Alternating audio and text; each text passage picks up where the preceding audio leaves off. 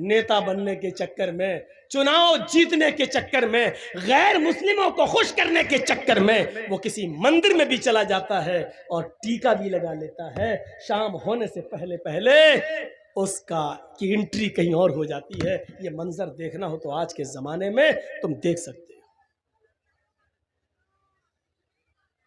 یہ کوئی جمہوریت کا مطلب یہ تھوڑی ہے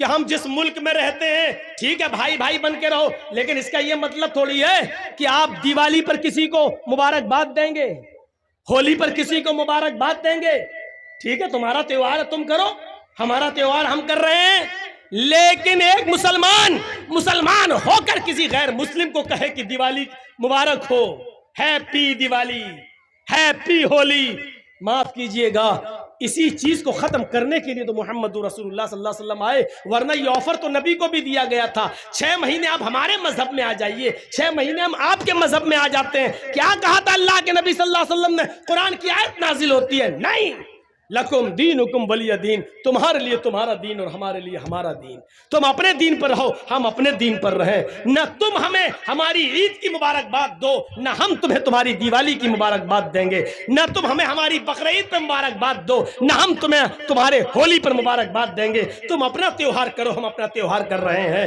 یصبح الرجل مؤمنا ویمسی کافر، صبح دیکھو گے مومن ہوگا اور شام ہوتے ہوتے کافر ہو جائے گا۔ ہم اسلام کے اندر پورے کی پورے داخل نہیں ہیں۔ اب پھر کہو گے مولانا صاحب حرج کیا ہے، ہم ایک گاؤں میں رہتے ہیں، ہندو مسلم بھائی چارہ، اگر ہم نے دیوالی کی مبارکباد دے دی تو حرج کیا؟ پھر وہی مسئلہ ہے، جو قانون اسلام نے بنا دیا اس کو فالو کرنا ہے، یہ نہیں دیکھنا ہے کہ اس میں نقصان کیا ہے، اس میں فائدہ کیا ہے، ہماری سمجھ میں آئے یا نہ آئے، ہمیں اسی قانون کو ماننا ہے جو بنا دیا ہے جناب محمد رسول اللہ صلی اللہ علیہ وسلم نے۔ ٹریفک نیم جیسے لال بتی ہے، ہمیں رکنا ہے، چاہے گاڑی آ رہی ہو یا نہ آ رہی ہو، ہمیں رکنا ہے، جب تک ریڈ نہیں گرین نہیں ہوگی ہم نہیں جا سکتے، جب تک شریعت کی اجازت نہیں ہوگی ہم نہیں جا سکتے، ہم نہیں کر سکتے۔ انسانیت کی مثال قائم کرو، اگر آپ کے پڑوس میں کوئی غیر مسلم ہے، بیمار ہے، آپ اپنی گاڑی میں اس کو لے جاؤ، اسپتال لے جاؤ، اگر آپ کا پڑوسی غیر مسلم ہے اور اس کا بلڈ گروپ آپ کے بلڈ گروپ سے مل رہا ہے اور اس کو ایک بوتل خون کی ضرورت ہے، آپ فوراً اس کو اپنے بلڈ کا ایک بوتل خون نکال کر آپ اس کو دیجئے، شریعت اس کی اجازت دیتی ہے۔ انسانیت جتنی ہو، مانوتا جتنی ہو دکھانی چاہیے، لیکن اس کا یہ مطلب نہیں ہے کہ ان کے تہواروں میں آپ شرکت کریں گے اور آپ کے تہواروں میں وہ ان کو آپ مبارکباد دیں گے، اس حد تک شریعت اجازت نہیں دیتی ہے۔ یا ایھا الذین آمنوا ادخلوا فی السلم کافہ، ایمان والو تم اسلام کے اندر پورے کے پورے داخل ہو جاؤ۔ ہمیں اسلام کے اندر پورے کے پورے داخل ہونا ہے، ہمیں آدھا ادھورا نہیں، ہمارا اٹھنا، ہمارا بیٹھنا، ہمارا لیٹنا، ہمارا جاگنا، ہمارا کھانا، ہمارا پینا، ہمارا سونا سب اسلامی ہونا چاہیے۔ جب ہم صبح اٹھیں تو ہماری زبان سے اسلامی جملہ نکل رہا ہو، الحمدللہ الذی احیانا بعد ما اماتنا والیہ النشور۔ جب ہم کسی سے ملیں تو ہماری زبان سے اسلامی جملے نکل رہے ہوں، السلام علیکم ورحمت اللہ۔ جب ہم کسی سے مصافحہ کر رہے ہوں اور خیریت پوچھ رہے ہوں تو ہماری زبان سے نکلنا چاہیے الحمدللہ۔ جب ہمیں چھینک آئے تو ہمارا رہن سہن یہ ہونا چاہیے کہ ہماری زبان سے نکل رہا ہو الحمدللہ۔ جب ہم کسی اونچی جگہ پر لفٹ پر چڑھ رہے ہوں یا چھت پہ چڑھ رہے ہوں، سیڑھیوں سے اوپر جا رہے ہوں، تو اس وقت ہماری زبان سے جملے نکل رہے ہوں، اللہ اکبر اللہ اکبر۔ جب ہم لفٹ سے نیچے آ رہے ہوں یا ہوائی جہاز لینڈ کر رہا ہو اور نیچے اتر رہا ہو، یا ہم پہاڑ سے نیچے اتر رہے ہوں یا اپنے گھر کی چھت سے نیچے کی منزل پر آ رہے ہوں، تو ہماری زبان سے یہ اسلامی جملہ نکلنا چاہیے، سبحان اللہ سبحان اللہ۔ جب ہم لیٹرین میں جا رہے ہوں تو ہماری زبان سے دعا نکلنی چاہیے، اللہم انی اعوذ بک من الخبث والخبائث۔ جب ہم کھانا کھانے بیٹھ رہے ہوں ہماری زبان سے دعا نکلنی چاہیے، بسم اللہ وعلی برکت اللہ۔ جب ہم کھانا کھا کر فارغ ہو جائیں تو ہماری زبان سے جملہ نکلنا چاہیے الحمدللہ، اللہ کی حمد و ثنا۔ مسجد میں جائیں تو اللہ کا نام لیا جائے، مسجد سے نکلیں تو اللہ کا نام لیا جائے، ماں باپ سے ملیں تو اللہ کا نام لیا جائے، گھر میں جائیں تو سلام کر کے جائیں، اپنے بچوں کو سلام کروانے کی عادت ڈالیں، اپنے بچوں کو اسلامی ماحول دیں، اپنی بیوی کو اسلامی ماحول دیں، اٹھنا بیٹھنا لیٹنا سونا جاگنا کھانا پینا سب اسلامی ہو۔ جب بستر پہ سونے جائیں تو دعا پڑھیں اللہم باسمک اموت واحیا، ساتھ میں یہ دعا بھی پڑھ لو 10 بار سبحان، 33 بار سبحان اللہ، 33 بار الحمدللہ، 34 بار اللہ اکبر۔ یہ دعا جو آدمی پڑھ کر سوتا ہے تو اللہ تعالیٰ ایک فرشتہ مسلط کر دیتا ہے، وہ اس کی حفاظت کرتا ہے رات بھر۔ تب ہم اسلام کے اندر پورے کے پورے داخل ہوں گے۔ کوئی گناہ کے قریب ہم پہنچ گئے، اس وقت اللہ کا خوف ہمارے دماغ میں ہونا چاہیے۔ دنیا کی کوئی طاقت ہمیں دیکھ رہی ہو یا نہ دیکھ رہی ہو، لیکن اللہ تو ہمیں دیکھ رہا ہے۔ میرے بھائیوں، اس گناہ سے ہم دور ہو جائیں تب ہے اسلام کے اندر پورے کے پورے داخل، ورنہ وہی سمجھا جائے گا بجلی کے کھمبے پر آم کے پیڑ کے چند پتے چپک گئے ہیں، ہماری باڈی پر چند دینی کام ہو گئے ہیں، لیکن ہم جڑ سے مسلمان نہیں ہیں، ہم اپنی بنیاد سے مسلمان نہیں ہیں، ہم اپنے رہن سہن سے مسلمان نہیں ہیں، اور یہاں ہمیں بنیادی طور پر مسلمان بننا ہے۔ اور اسلام کے اندر ہمارا رہن سہن ایسا ہونا چاہیے، اسلام کے اندر ہم ایسے گھل جائیں، اسلام کے اندر ایسے داخل ہو جائیں۔ مثال دے رہا ہوں، ذرا سوچیے، پانی کا ایک گلاس ہے، جگ ہے ہمارے پاس، لوٹا پانی کا ایک جگ ہے، اور ایک پتھر ہے ہمارے ہاتھ میں۔ اس پتھر کو پانی میں ڈال دیا اور رکھ دیا، 2 دن کے بعد آپ دیکھیں گے تو پانی میں وہ پتھر پڑا ہوا نظر آئے گا۔ آپ چاہیں تو ہاتھ ڈال کر پتھر کو نکال سکتے ہیں اور باہر پھینک سکتے ہیں۔ پانی میں آپ نے ایک پتھر ڈالا، 2 دن کے بعد آپ نے اس کو نکال دیا، اس کا مطلب کیا ہوا؟ اس کا مطلب یہ ہوا کہ پانی نے پتھر کو قبول نہیں کیا اور پتھر نے پانی کو بھی قبول نہیں کیا۔ جب تک ڈلا تھا، جب چاہا اس پتھر کو پانی سے باہر نکال کے پھینک دیا۔ ایسا ہمارا اسلام سے تعلق نہیں ہونا چاہیے کہ جب چاہو تب گھس جائیں اور جب چاہے کوئی ہمیں اسلام سے باہر نکال کر پھینک دے، ایسا نہیں ہونا چاہیے اسلام کے ساتھ ہمارا تعلق۔ جرجیت صاحب کے پاس پانی کا ایک جگ ہے۔ آپ کے ہاں زردہ بنتا ہے؟ زردہ، ارے وہ میٹھا چاول ہوتا ہے، ادھر نہیں بنتا ہے، ہم لوگوں کے یہاں بنتا ہے۔ تو اس میں کھانے والا رنگ ہوتا ہے۔ آپ کے یہاں کھانے والا رنگ تو بہت سی چیزوں میں ڈالا جاتا ہوگا، جلیبی میں ڈالا جاتا ہے، پلاؤ میں بھی ڈالا جاتا ہے رنگ۔ آپ جائیے اور 2 روپے کا 5 روپے کا کھانے والا رنگ کسی دکان سے لے آئیے، اور وہ کھانے والا رنگ پانی کے اس جگ میں ڈال دیجئے۔ 2 دن آپ انتظار آپ کو نہیں کرنا ہے، 1 منٹ بھی آپ کو انتظار نہیں کرنا ہوگا۔ آپ تھوڑی ہی دیر میں دیکھیں گے جیسے ہی وہ لال یا پیلا رنگ پانی میں گیا اور پانی کو پورا کا پورا لال کر دیا یا پیلا کر دیا، جو رنگ پانی میں ڈالا گیا پانی اسی رنگ میں رنگ گیا۔ اب آپ رنگ کو پانی سے الگ کریے، ہو جائے گا؟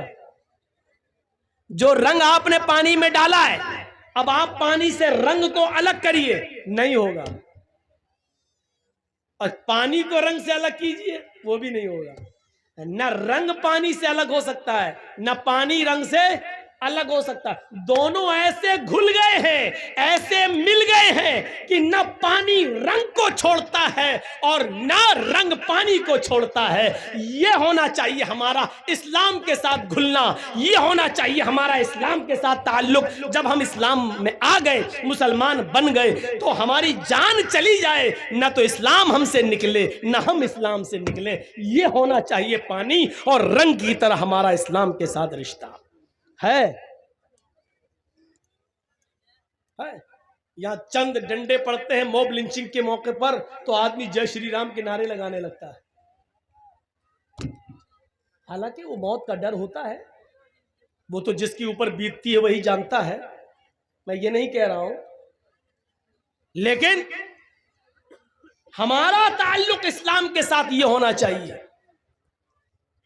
کہ ایسے ہم اسلام میں گھل جائیں اور اسلام ہم میں ایسے گھل جائے کہ ہم کو اسلام سے دور کیا جائے یا اسلام کو ہم سے دور کیا جائے تو نہ ہو۔ ہر حال میں ہم، اور اس کی جیتی جاگتی مثال حضرت سمیہ کا وہ واقعہ جب ان کے دونوں پیر باندھ دیے گئے اور دونوں ہاتھ باندھ دیے گئے اور سمیہ سے کہا گیا، ایک نیزہ لایا گیا اور کہا سمیہ دیکھ محمد کے رب کو چھوڑ دے، جن کو تو پہلے مانتی تھی انہی کو اپنا معبود مان لے۔ تو سمیہ نے کیا کہا؟ ہاشا وکلا، ہرگز نہیں۔ ابو جہل نے وہ نیزہ نکالا، ابو جہل نے وہ نیزہ اٹھایا اور پورا کا پورا سمیہ کے جسم میں، سمیہ کی شرمگاہ کے اندر، سمیہ کے پیشاب کے راستے میں پورا کا پورا وہ نیزہ داخل کر دیا، ادھر سے ڈالا اور اس طرف نکال دیا۔ سمیہ کے ہاتھ پیچھے سے بندھے تھے، وہ بوڑھی عورت تھی، آسمان پر نظریں ڈالتی ہے، اس موقع پر بھی اس کی زبان سے یہ نہیں نکلا اے اللہ تو میری مدد کر یا مجھے بچا لے۔ اس نے اپنی زندگی کے بارے میں نہیں کہا، اس نے دعا بھی مانگی تو یہ دعا مانگی، یا ربی ثبت قدمی علی دینک یا ارحم الراحمین، اے ارحم الراحمین، اے رحم کرنے والے، اے ہمارے رب، اس کا نیزہ میری شرمگاہ کو پار کر گیا ہے، اس کی دی ہوئی تکلیف سے کہیں میں اسلام نہ چھوڑ بیٹھوں، کہیں دین نہ چھوڑ بیٹھوں، اے اللہ مجھے میرے دین پر جمع دینا، مجھے میرے دین پر ثابت رکھنا، اے اللہ اس کی دی ہوئی تکلیفوں سے کہیں میں دین نہ چھوڑ بیٹھوں، کہیں تکلیفوں سے تنگ آ کر میں دین قربان نہ کر دوں۔ اس موقع پر بھی وہ اپنے دین کی سلامتی مانگ رہی ہے، یہ ہے اسلام میں رنگنا۔ سمیہ کو ستایا گیا لیکن سمیہ اسلام نہیں چھوڑ رہی ہے، اسلام سمیہ کو نہیں چھوڑ رہا ہے۔ یہ زندگی ہونی چاہیے ہماری اسلام لانے کے بعد، اور اسلام کے ساتھ لاکھ دنیا کوشش کرے۔ ابھی جا رہے ہیں نا تقریر کے بعد، کل شادی ہوگی ہمارے بچے کی، ہم 3 لاکھ روپے مانگیں گے۔ اس تقریر کا اثر کل پتہ چل جائے گا کتنا اسلام ہمارے اندر آیا ہے۔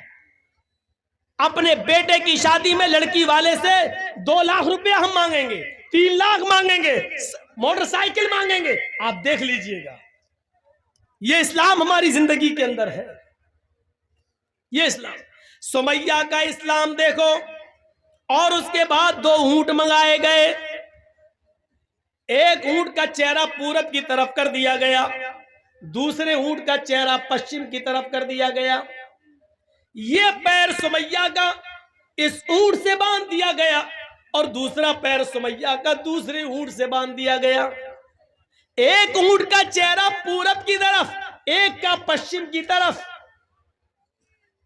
سمیہ کے دونوں پیر بندھے ہیں، ہاتھ تو پیچھے سے پہلے ہی بندھے ہوئے تھے۔ ابو جہل نے کوڑا اٹھایا، اے سمیہ ابھی ان اونٹوں کو بھگاؤں گا اور تو چیر دی جائے گی، تیرے پیر ایک ادھر ایک ادھر چیر دیا جائے گا اور بیچ سے تیرے 2 ٹکڑے کر دیے جائیں گے۔ اب بھی تو محمد کا دین چھوڑ دے، اب بھی تو اسلام چھوڑ دے۔ سمیہ نظریں آسمان پہ ڈال کے کہتی ہے، اے ابو جہل مجھے پاگل سمجھ رکھا ہے کیا؟ اسلام میں کیسے گھل گئی تھی، یہ دیکھیے منظر، اسلام میں کیسے گھلی ہوئی تھی وہ۔ کہتی ہے اے سمیہ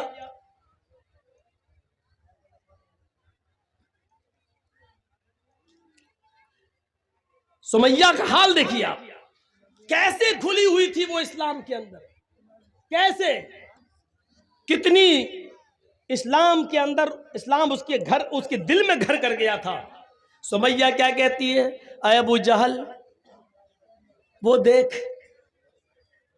ابو جہل نے کہا کیا؟ کہا تجھے نہیں دکھ رہا ہے؟ کہا نہیں۔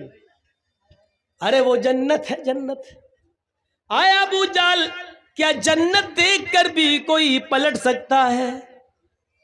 اے ابو جہل، جو جنت میں دیکھ رہی ہوں اور جس جنت کی خوشبو میری ناک تک آ رہی ہے، اس کو تو محسوس نہیں کر رہا ہے، وہ تیری ناک تک نہیں آ رہی ہے۔ آئے ابو جہل، کوڑا تیرے ہاتھ میں، جلدی مار۔ ابو جہل کہتا ہے سمیہ تجھے اپنی موت کا ڈر نہیں ہے؟ سمیہ مسکرا کے کہتی ہے ابو جہل جلدی مارنا ان اونٹوں کو، جلدی بھگا ان اونٹوں کو۔ جتنی دیر تو ان اونٹوں کو بھگانے میں لگا رہا ہے، قسم ہے کعبے کے رب کی، اتنی دیر مجھے جنت میں جانے میں لگ رہی ہے۔ اس منظر کو دیکھ کر آپ کیا کہیں گے میرے بھائیوں؟ وہ کیسے اسلام کے اندر رچ گئی تھی، بس گئی تھی؟ کیسے؟ کیا چیز تھی اس کے اندر جو اسلام اس کے اندر گھر کر گیا تھا؟ اس تکلیف کو دیکھ کر بھی وہ پلٹی نہیں، گھومی نہیں، اور ابو جہل نے غصے میں اونٹوں کو بھگا دیا۔ ابن سعد کے الفاظ ہیں طبقات کے اندر کہ سمیہ کے بیچ سے دو ٹکڑے ہو گئے، سر بچ گیا، یہاں سے ایک جسم کا حصہ الگ ہو گیا اور ایک حصہ سر کے ساتھ بچ گیا، لیکن مرتے وقت سمیہ کے چہرے پہ مسکراہٹ باقی تھی۔ ابو جہل نے پتھر اٹھا کر اپنے سر پہ مارنا شروع کر دیا۔ لوگوں نے کہا یہ کیا کر رہے ہو، پاگل ہو گئے ہو؟ کہتا ہاں میں پاگل ہو گیا ہوں۔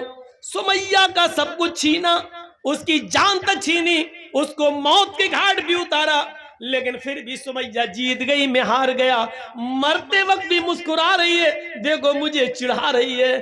مرتے وقت بھی وہ بالکل بس مردہ نہیں ہوئی، مرتے وقت بھی ہنستے ہوئے مری۔ اس نے تو مجھے للکار دیا ہے، اپنی جان ہنستے ہوئے دے دی ہے۔ دنیا کیا کہے گی آنے والے دنوں میں نے ظلم بھی کیا تو ایک بوڑھی عورت کے اوپر ظلم کیا۔ میں نے جس بوڑھی عورت پہ ظلم کیا، ابو جہل اس کی ہنسی اور اس کی مسکراہٹ بھی نہیں چھین سکا۔ میرے پیارے ساتھیوں، یہ ایمان تھا جو سمیہ کے اندر، یہ اسلام تھا جو سمیہ کے اندر گھل گیا تھا۔ ایک آج ہمارا اسلام ہے جو جلسوں کے بعد ابھی پتا چل جائے گا، یہاں سے نکلیں گے اور جائیں گے اسی وقت ہمیں پتا چل جائے گا کہ ہمارا اسلام کیا ہے۔ میرے پیارے ساتھیوں، ادخلوا فی السلم کافہ، جب اسلام کے اندر داخل ہوئے ہی ہو تو پورے کے پورے داخل ہو جاؤ۔ قرآن کہتا ہے یا ایھا الذین آمنوا لا تلھکم اموالکم ولا اولادکم عن ذکر اللہ ومن یفعل ذلک فاولئک ھم الخاسرون۔ اے ایمانو والو، تمہیں تمہارے مال اور تمہیں تمہاری اولادیں کہیں اللہ کے ذکر سے غافل نہ کر دیں۔ جو ایسا کرے گا وہ بہت بڑا نقصان اٹھائے گا۔ وَأَنفِقُوا مِمَّا رَزَقْنَاكُم مِّن قَبْلِ أَن يَأْتِيَ أَحَدَكُمُ الْمَوْتُ فَيَقُولَ رَبِّ لَوْلَا أَخَّرْتَنِي إِلَىٰ أَجَلٍ قَرِيبٍ فَأَصَّدَّقَ وَأَكُن مِّنَ الصَّالِحِينَ۔ موت کے وقت آدمی کی جو تمنا ہوتی ہے، موت کے وقت آدمی کی جو خواہش ہوتی ہے، وہ قرآن پیش کر رہا ہے۔ کیا کہے گا؟ اللہ کہتا ہے اس موت کے آنے سے پہلے اللہ کے راہ میں خرچ کر دو۔ وَأَنفِقُوا مِمَّا رَزَقْنَاكُمْ، اللہ نے، ہم نے تمہیں جو رزق دیا ہے اس میں سے خرچ کرو اس موت کے آنے سے پہلے۔ أَن يَأْتِيَ أَحَدَكُمُ الْمَوْتُ، اس موت کے آنے سے پہلے کہ جب تم میں سے کسی کو آئے، فیقول، اور اس وقت جب فرشتے کو وہ اپنی آنکھوں سے دیکھ لے کہ یہ میری روح قبض کرنے آیا تو چیخ پڑے فَأَصَّدَّقَ وَأَكُن مِّنَ الصَّالِحِينَ، مجھے تھوڑی سی مہلت اور مل جاتی، میں صدقہ اور خیرات کر لیتا۔ لولا اخرتنی الی اجل قریب، مجھے تھوڑی سی مہلت مل جائے، 1 گھنٹے کا ٹائم دے دے۔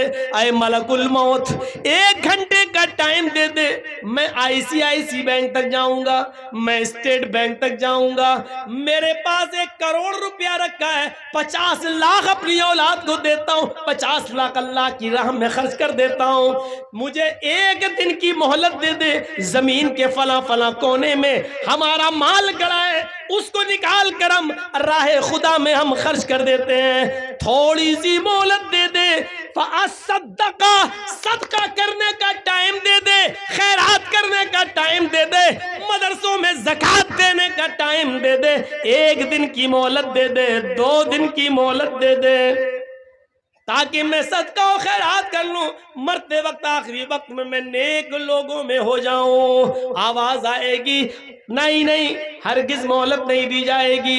وَلَن يُؤَخِّرَ اللَّهُ نَفْسًا إِذَا جَاءَ أَجَلُهَا، جب کسی کی موت کا وقت آ جاتا ہے، جب کسی کا فکس ٹائم آ جاتا ہے، تو اب اس کو مہلت نہیں دی جاتی ہے، ہرگز نہیں۔ اللہ لالچی نہیں ہے، اب 50 لاکھ کے لیے، 1 کروڑ کے لیے تجھے 1 دن کی مہلت دے دے گا، نہیں نہیں، اب تیری موت کا وقت آ چکا ہے، اب تجھے مہلت نہیں دی جائے گی، بالکل نہیں۔ میرے پیارے ساتھیوں، مہلت مل چکی ہے اور ابھی مل رہی ہے، کوئی بھروسہ نہیں ہے موت کا، اس سے پہلے خرچ کر لو، صدقہ دے دو، خیرات کر لو، جو چیز تمہیں کرنا کر لو، ابھی جو تم دے دو گے وہی تمہارا ہے، جو خرچ کر لیا وہی آپ کا ہے، جو آپ کے پاس ہے وہ آپ کا نہیں ہے، جو آپ کے پاس ہے وہ آپ کا نہیں ہے، جو خرچ کر چکے ہو اللہ کی راہ میں وہ آپ کا ہے، کیونکہ وہ ایک جگہ جمع ہو چکا ہے۔ فرمایا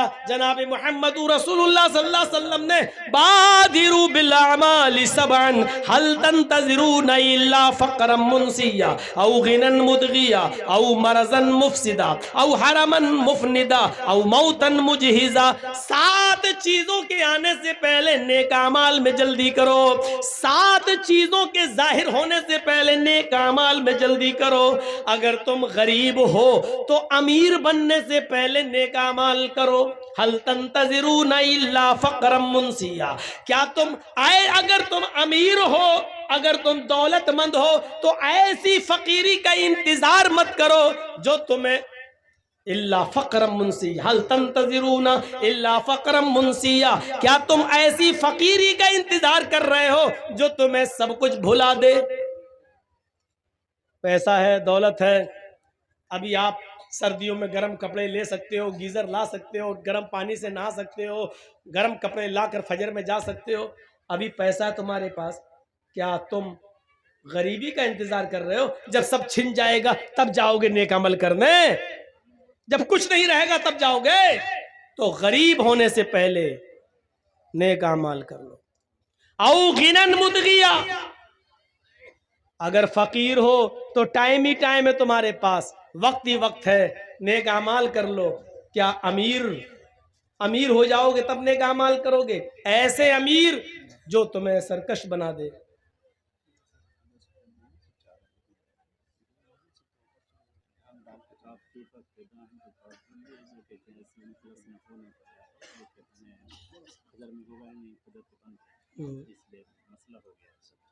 تو کیا کریں؟ کیا کریں؟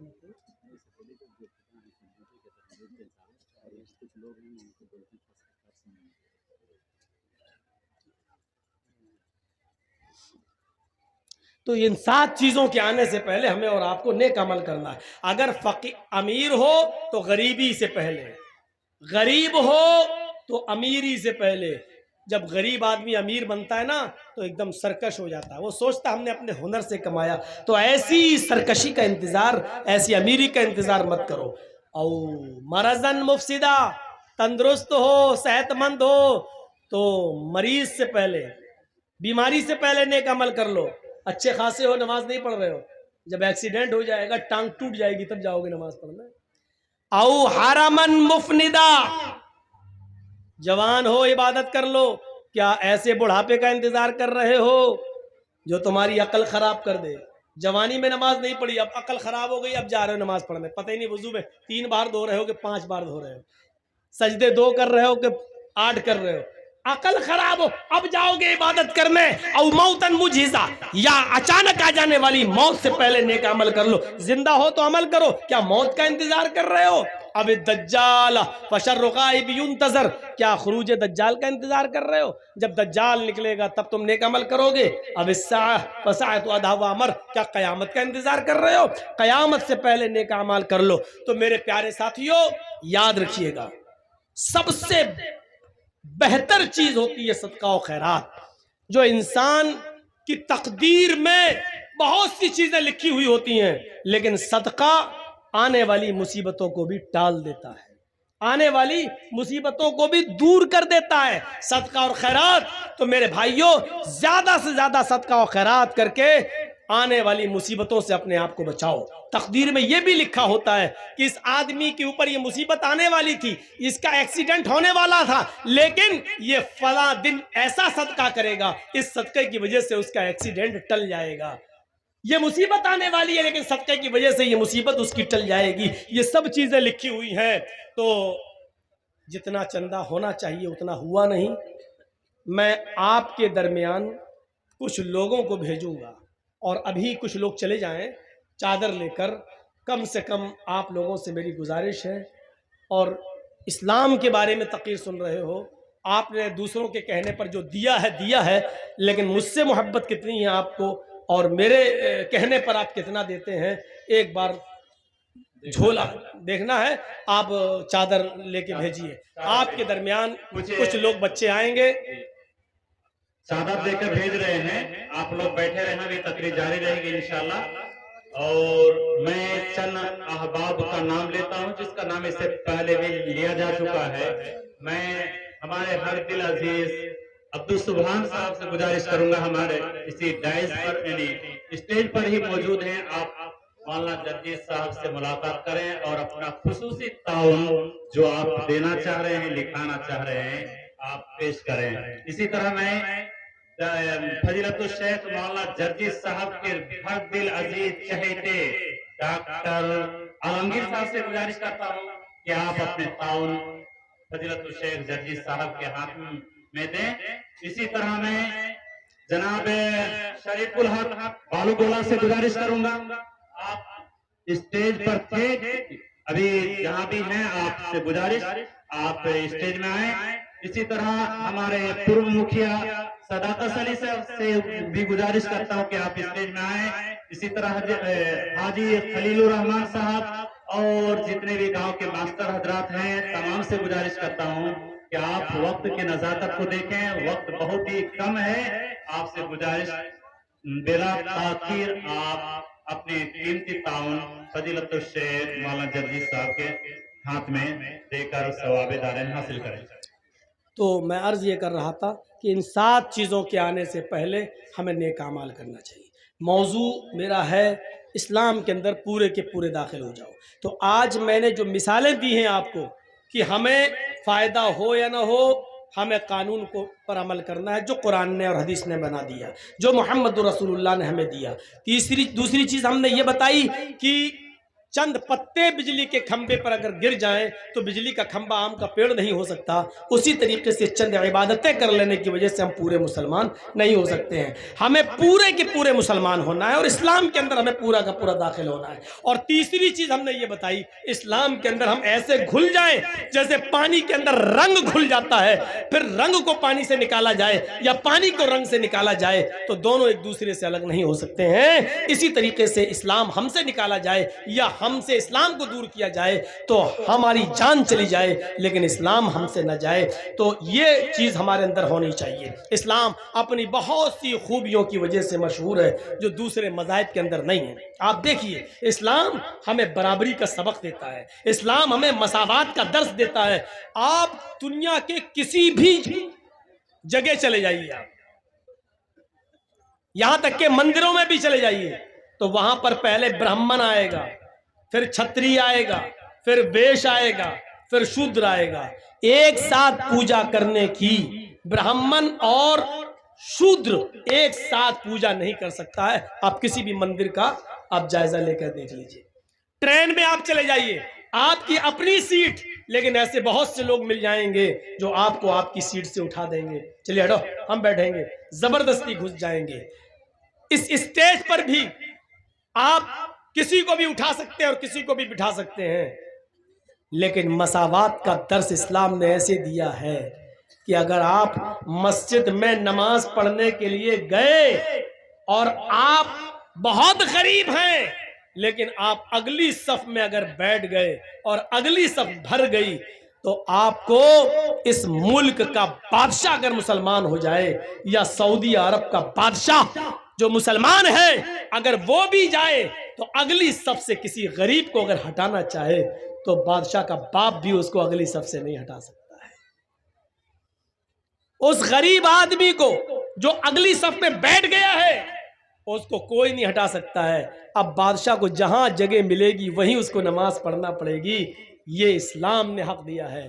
تم اپنے گھر میں کسی کو بھگا سکتے ہو، اپنے گھر میں کسی کو اٹھا سکتے ہو، اپنی پنچایتوں سے اٹھا سکتے ہو، یہ مسجد ہمارا گھر ہے اور ہمارے گھر میں آئے ہوئے سب برابر ہیں، فقیر بھی اور امیر بھی، غریب بھی اور بادشاہ بھی، لہٰذا جو پہلے آیا اگلی صف میں بیٹھ گیا اس کو بھی زیادہ ثواب لینے کا حق ہے، اور بادشاہ بھی اس کو اگلی صف سے ہٹانے کا پاور نہیں رکھتا ہے۔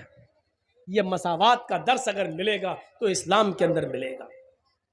حضرت عمر فاروق جب یروشلم جا رہے تھے اور یروشلم سے بیت المقدس تک جب اونٹ کا سفر کر رہے تھے تو اونٹ کے اوپر کچھ سامان لدا ہوا تھا، اس لیے اونٹ کے اوپر ایک ہی آدمی بیٹھ سکتا تھا، سامان لدا ہوا تھا، ایک ہی آدمی بیٹھ سکتا تھا۔ تو حضرت عمر نے یہ قانون بنا دیا، بیت المقدس تک جاتے ہوئے 1 میل تم پیدل چلو گے میں اونٹ پر بیٹھوں گا، پھر 1 میل میں پیدل چلوں گا تم اونٹ کے اوپر بیٹھو گے۔ تو ایک بار حضرت عمر بیٹھتے تو ان کا غلام اونٹ کی لگام پکڑتا، 1 میل کے بعد پھر حضرت عمر اونٹنی کی لگام پکڑتے اور ان کا غلام بیٹھتا۔ ایسے ہوتے ہوتے جب بیت المقدس آ گیا، سامنے دکھنے لگا، اس وقت حضرت عمر فاروق کی باری آ گئی کہ تم کو اونٹ کی لگام پکڑنا پڑے گی، اور غلام کی باری آ گئی کہ ان کو اونٹ پر بیٹھنا ہے۔ غلام کہنے لگا امیر المومنین، اگر اس وقت آپ اونٹنی کی لگام پکڑیں گے تو آپ کی عزت کا جنازہ نکل جائے گا، کچرا نکل جائے گا، میں آپ کا غلام ہوں، آپ بیٹھے رہیے، میں اونٹنی کی لگام میں ہی پکڑتا ہوں۔ حضرت عمر فاروق اونٹ سے کود گئے، نیچے آ گئے اور غلام سے کہا تم بیٹھو، میں تمہاری وجہ سے، میں بے عزتی کی وجہ سے، اس جنازہ نکل رہا میری عزت کا کچرا، اس وجہ سے میں اسلام کے انصاف کا مڈر نہیں کروں گا، مساوات کا مڈر نہیں کروں گا، سمانتا کا مڈر نہیں کروں گا، بیٹھو۔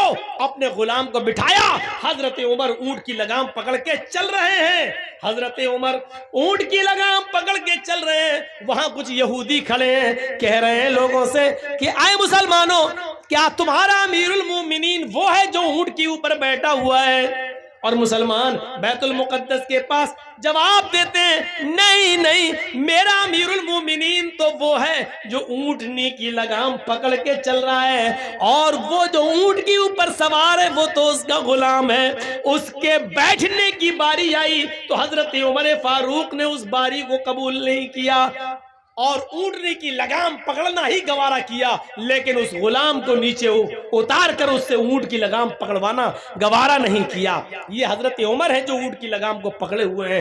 اس منظر کو دیکھ کر بہت سے یہودی کلمہ پڑھ رہے تھے، اشہد ان لا الہ الا اللہ واشہد ان محمدن عبدہ ورسولہ۔ میرے پیارے ساتھیوں، اسلام کے اندر پورے کے پورے داخل ہونے کا مطلب یہ ہے کہ یہ سمانتا بھی دکھلانا پڑے گی، یہ برابری بھی دکھلانا پڑے گی، ہاں تقویٰ بھی اپنے اقربا کے ساتھ انصاف بھی کرنا پڑے گا۔ ملک شام حضرت عمر فاروق کا بیٹا گیا ہوا تھا، ایک جہاد میں جانا تھا، لیکن وہاں کھجور کے پانی کو جو سڑ گیا تھا اور نبیذ اس میں کسی طرح نشہ آ گیا تھا، اس نے وہ پی لیا۔ حضرت عمر فاروق کے بیٹے نے پی لیا، پینے کے بعد عمر فاروق کے بیٹے کو نشہ آ گیا۔ وہ سمجھے کہ یہ کھجور کا سڑا ہوا پانی ہے، اس میں نشہ نہیں ہے، پی گئے۔ پینے کے بعد پتا چلا کہ یہ تو نشے والی چیز تھی۔ لیکن لوگوں میں مشہور ہو گیا عمر فاروق کے بیٹے نے نشہ کیا ہے۔ وہ عمر ابن عاص کے پاس آئے اور کہا کہ میں نے نبیذ پی لی تھی، مجھے کوڑے مارے جائیں۔ حضرت عمر ابن عاص نے ان کو 40 کوڑے مار دیے۔ 40 کوڑے جب پڑ گئے تو حضرت عمر فاروق کو مدینے میں جب پتا چلا کہ میرے بیٹے کو 40 کوڑے مارے گئے، اس نے نشہ کر لیا تھا، تو ایک گھوڑا بھیجا، اسپیشل گھوڑا، اور عمر ابن عاص کو ایک لیٹر لکھا، گورنر صاحب میرے بیٹے کو اس گھوڑے پر بٹھا کے واپس کر دو اور مدینے میں بھیجو۔ جب عمر ابن عاص نے عمر فاروق کے بیٹے کو مدینہ میں واپس کر کے بھیجا تو بیٹا سوچ رہا تھا کہ میرے باپ خوش ہوں گے۔ باپ نے ان کو گھر میں ان کی ماں سے نہیں ملنے دیا، کہا بیٹے ادھر آؤ، ادھر کھڑے ہو جاؤ، میں نے سنا ہے کہ تم نے ملک شام کے اندر نبیذ پی لی تھی جس میں نشہ آ گیا تھا۔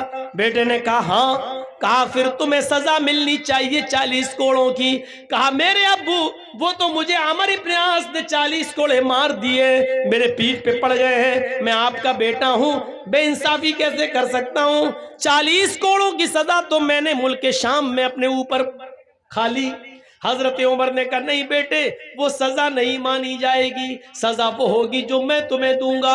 پھر 4 جلاد متعین کیے اور چاروں کے ہاتھ میں ایک کوڑا دے دیا، اور ایک جلاد سے کہا 10 کوڑے مار کے تم ہٹ جانا، پھر دوسرا جلاد مارے گا، دوسرے سے کہا 10 کوڑے تم مار کے ہٹ جانا، پھر تیسرا مارے گا، تاکہ جو کوڑوں کی سختی برابر رہے اور کوئی تھک نہ جائے۔ اس لیے ایک آدمی 40 کوڑے نہیں مارے گا بلکہ 4 جلاد زور زور سے 40 کوڑے ماریں گے۔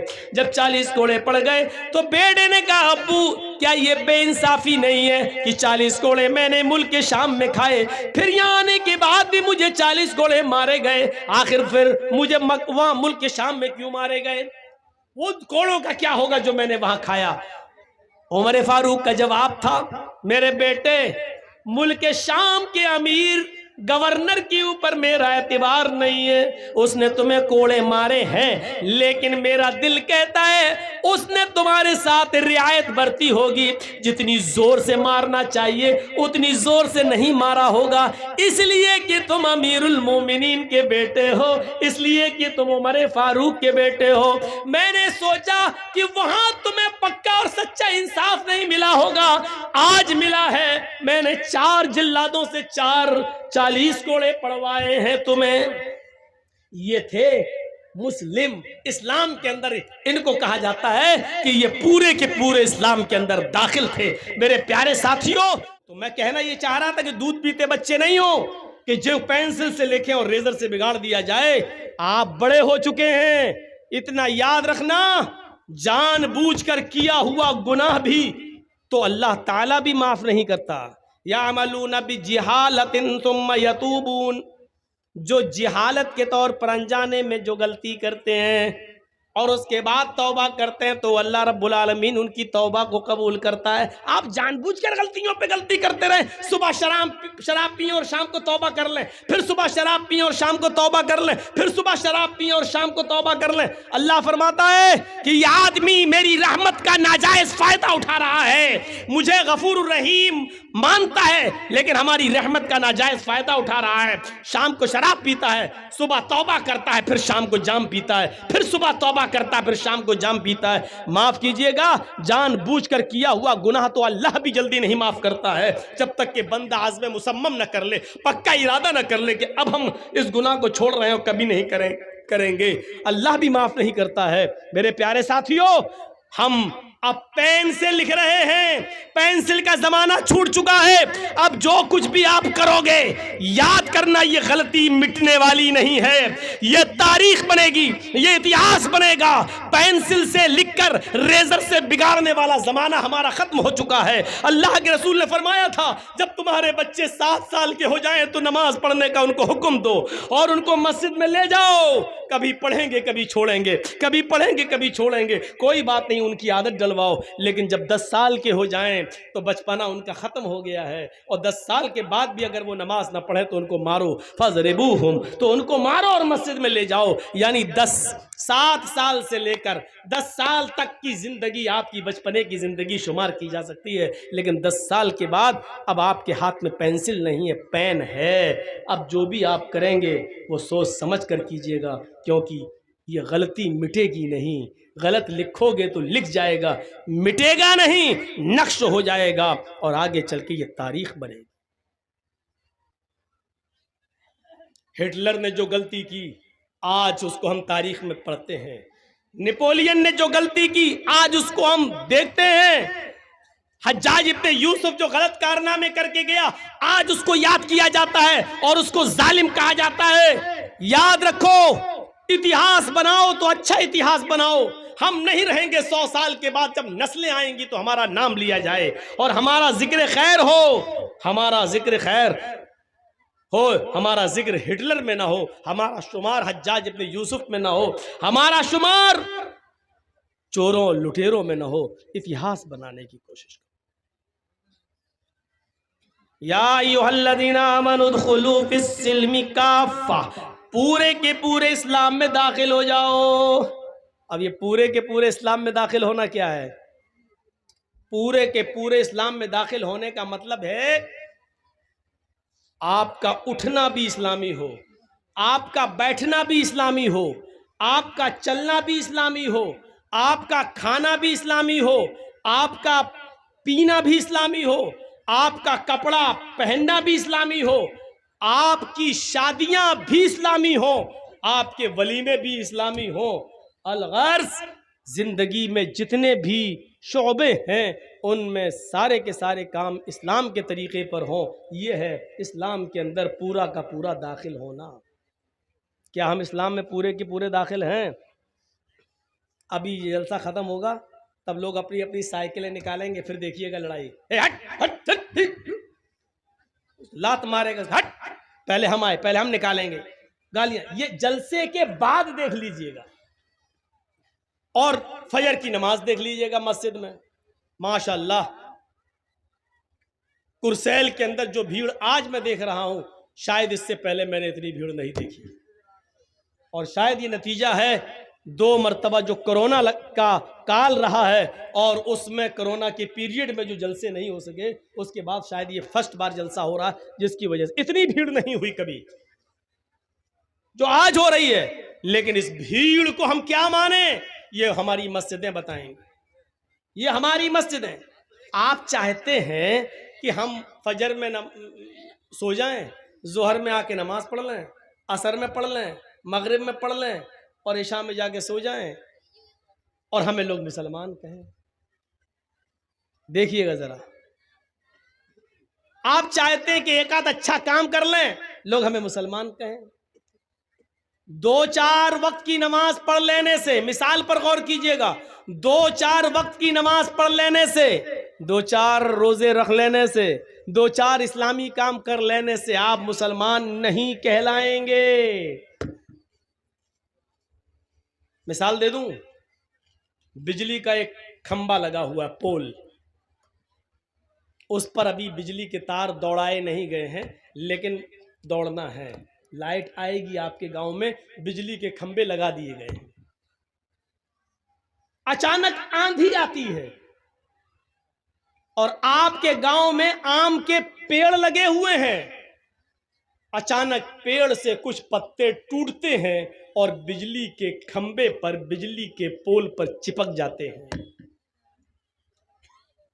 آم کے پیڑ سے پتے ٹوٹے اور بجلی کے کھمبے پر چپک گئے، بجلی کے پول پر چپک گئے۔ اب آپ اس بجلی کے پول کو بجلی کا پول کہو گے یا آم کا پیڑ کہو گے؟ کیا کہو گے؟ وہ بجلی کا کھمبا ہے یا آم کا پیڑ؟ جرجیت صاحب یہ کیا ہے؟ جرجیت صاحب بھی کہیں گے بجلی کا کھمبا۔ پک پاگل، بجلی کا کھمبا کہاں ہے؟ اس پہ آم کے پتے دکھ نہیں رہے تم کو؟ چند آم کے پتوں کے چپک جانے سے کیا بجلی کے کھمبے کی حیثیت بدل جائے گی؟ نہیں بدلے گی. بجلی کا کھمبا ہی رہے گا. آم کے پیڑ کے چند پتے اگر بجلی کے کھمبے پر چپک گئے تو چند پتوں کی وجہ سے بجلی کا کھمبا آم کا پیڑ نہیں ہوگا. اگر جرجیت صاحب اس کو آم کا پیڑ کہیں گے تو لوگ کہیں گے بے وقوف ہے, یہ پاگل ہو گیا ہے, اس کو بریلی کے پاگل خانے میں بھرتی کرو یا رانچی لے جاؤ. ارے بجلی کے کھمبے پہ آم کے پتے چپک گئے تو بجلی کا کھمبا آم کا پیڑ کیسے ہو جائے گا؟ ایک جاہل انسان اپنی جہالت میں مشہور ہے.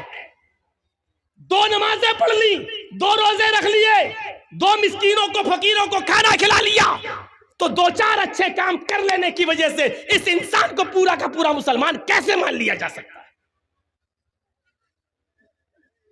جب بجلی کے کھمبے کو 2-4 پتوں کی وجہ سے آپ آم کا پیڑ نہیں کہہ سکتے تو 2-4 اچھے کام کرنے کی وجہ سے آپ کو مسلمان کیسے مانا جائے؟ آم کا پیڑ تبھی مانا جائے گا جب وہ اپنی جڑ میں بھی آم ہو, اپنی شاخاؤں میں بھی آم ہو, اپنے پتوں میں بھی آم ہو, اور اس میں آم کے پھل بھی لگ رہے ہوں, تب وہ آم کہلائے گا.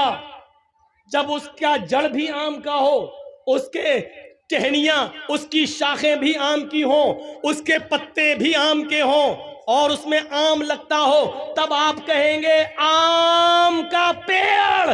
آپ مسلمان اس وقت کہلائے جائیں گے جب آپ کی جڑ اسلامی ہو, آپ کا اٹھنا اسلامی ہو, آپ کا بیٹھنا اسلامی ہو, آپ کی سوچ اسلامی ہو, آپ کا چلنا اسلامی ہو, آپ کا رہن سہن اسلامی ہو, آپ کی شادیاں اسلامی ہو, آپ کے طریقے اسلامی ہو, آپ کی عبادات اسلامی ہو. یہ سب کام جب اپنی جڑ سے جڑے ہوئے ہوں گے اور اسلامی ہوں گے تب آپ کو کہا جائے گا کہ آپ مسلمان ہیں. مولانا مثال تو بڑی اچھی دی ہے آپ نے, لیکن کتنی دیر کے لیے, کتنی دیر کے لیے؟ پھر سن لو میری ایک بات, بے وقوف ہے اور پاگل ہے وہ انسان جو 2-4 نیک کام کرنے کے بعد اپنے آپ کو مسلمان سمجھتا ہے. مسلمان وہ ہے جو اپنے کیریئر سے, اپنے اخلاق سے مسلمان ہو, اپنی جڑ سے مسلمان ہو, اپنی بنیاد سے مسلمان ہو, نیچے سے لے کے اوپر تک پورا کا پورا مسلمان ہو, تب وہ مسلمان کہلاتا ہے. پھر سن لو, آم کے پیڑ کے چند پتے کسی بجلی کے کھمبے پر چپک جائیں تو بجلی کا کھمبا آم کا پیڑ نہیں ہو سکتا ہے. اسی طریقے سے 2-4 نمازیں, 2-4 روزے, 2-4 فقیروں کو کھانا, 2-4 ہزار روپے کا صدقہ اور خیرات کر دینے سے ہم یہ سمجھتے ہیں کہ ہم پورے کے پورے مسلمان ہیں. غلط سمجھ رہے ہیں. اور اللہ نے یہ نہیں کہا کہ مسلمان بنو, اللہ نے کہا ادخلوا فی السلم کافہ, اسلام کے اندر پورے کے پورے داخل ہو جاؤ. یا ایھا الذین آمنوا اتقوا اللہ حق تقاتہ ولا تموتن الا وانتم مسلمون. اے ایمانوں والو, اے مسلمانوں, اللہ سے ڈرو جیسا کہ اس سے ڈرنے کا حق ہے. ولا تموتن الا وانتم مسلمون, اور تمہیں موت نہیں آنی چاہیے, تم نہ مرو, لیکن جب بھی موت کا فرشتہ تمہارے حلق پر سوار ہو جائے, تمہارے سینے پر بیٹھ جائے اور وہ تمہاری روح نکالنے لگے, جب تمہاری روح قبض عنصری سے نکل رہی ہو تو تم اس وقت پورے کے پورے مسلمان رہنا, تم اس وقت پورے کے پورے مسلمان ہونا. وَلَا تَمُوتُنَّ إِلَّا وَأَنْتُمْ مُسْلِمُونَ, پورے کے پورے اسلام میں داخل ہو جاؤ, اور جب بھی مرو تو پورے کے پورے مسلمان ہو کر مرو. مسلمان اپنے عملوں کا احتساب کرتا ہے, مسلمان اپنے عملوں کا احتساب کرتا ہے. عبداللہ ابن ادریس بہت بڑے جلیل القدر محدث گزرے ہیں, بہت بڑے جلیل القدر محدث گزرے. صفت الصفہ میں علامہ ابن قیم نے ان کا واقعہ نقل کیا ہے. جب ان کے انتقال کا وقت آیا تو ان کی بیٹی رونے لگی. جب ان کے انتقال کا وقت آیا تو ان کی بیٹی رونے لگی. عبداللہ ابن ادریس نے کہا تم کیوں رو رہی ہو میری بیٹی؟ کہا ابو آپ کی طبیعت اتنی خراب ہے اور میں روؤں نہیں، کیوں نہ روؤں؟ یہ فطری آنسو ہیں جو آنا ہی ہر بیٹی کے آنکھوں میں۔ باپ نے کہا اے میری بیٹی تمہیں رونے کی ضرورت نہیں ہے، تمہارا باپ اللہ کے پاس جا رہا ہے، تم جس گھر میں رہ رہی ہو اب تک میں نے اس گھر کے اندر 4000 مرتبہ قرآن کریم کی تلاوت کی ہے، میں نے اس گھر کے اندر اب تک 4000 مرتبہ قرآن کریم کی تلاوت کی ہے، مجھے اپنے رب کی ذات سے امید ہے کہ قرآن کی تلاوت کی برکت سے وہ ہمیں بخشے گا، وہ ہمیں جہنم میں داخل نہیں کرے گا، وہ ہمیں جنت کے اندر داخل کرے گا۔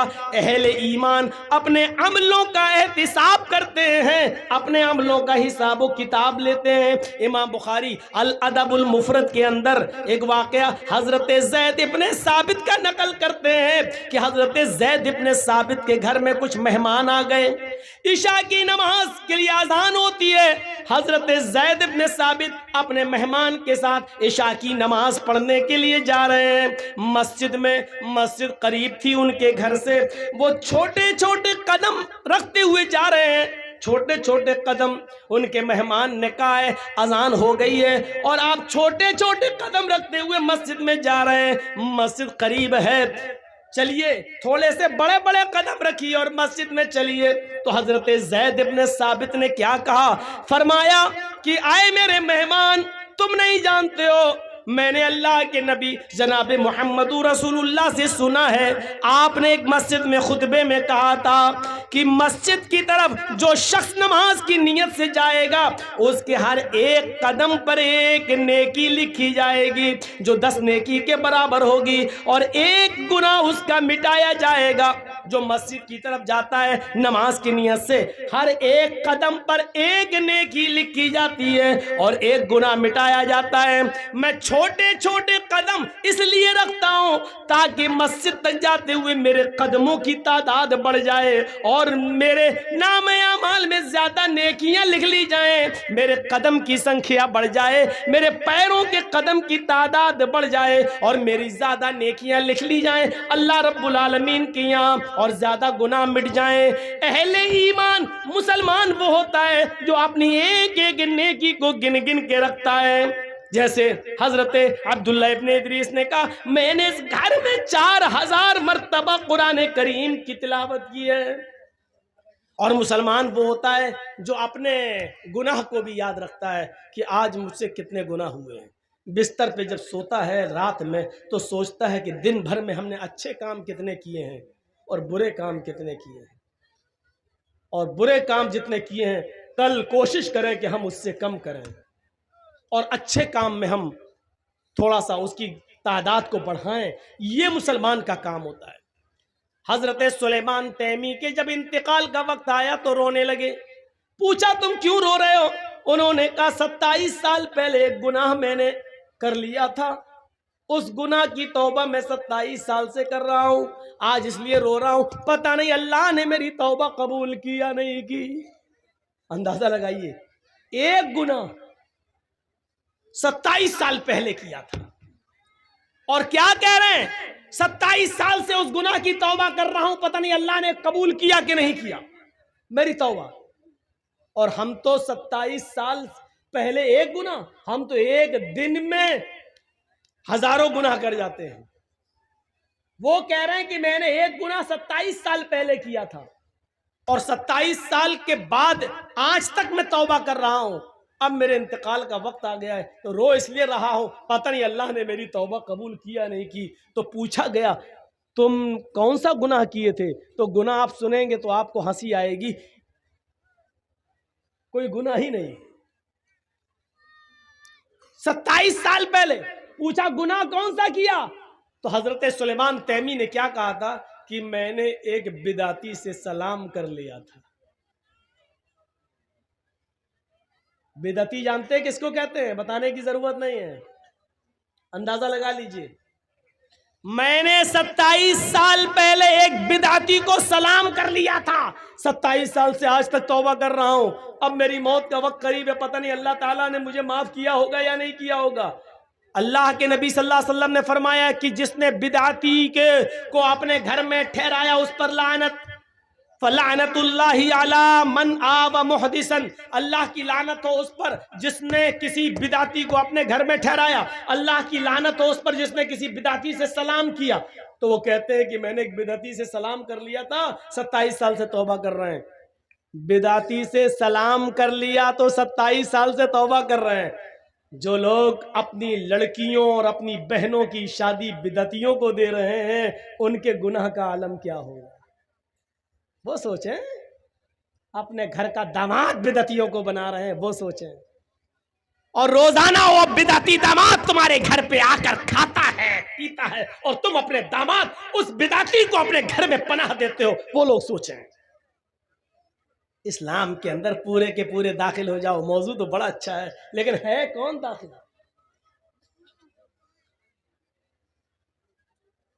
نبی اکرم صلی اللہ علیہ وسلم نے فرمایا تھا یصبح الرجل مومنا ویمسی کافرا ویمسی مومنا یصبح کافرا۔ تم ایک آدمی کو دیکھو گے کہ وہ صبح جب اٹھے گا تو مومن ہوگا، لیکن شام ہونے سے پہلے پہلے وہ کافر ہو جائے گا۔ صبح اٹھو گے اس کو مومن پاؤ گے، شام ہونے سے پہلے پہلے وہ کافر ہو جائے گا۔ شام کو دیکھو گے وہ مومن ہوگا، صبح اٹھتے اٹھتے وہ کافر ہو جائے گا۔ صبح مومن ہوگا، فجر کی نماز پڑھے گا، قرآن کی تلاوت کرے گا، تم دیکھو گے کہ مومن ہوگا، اور شام ہوتے ہوتے وہ کافر ہو جائے گا۔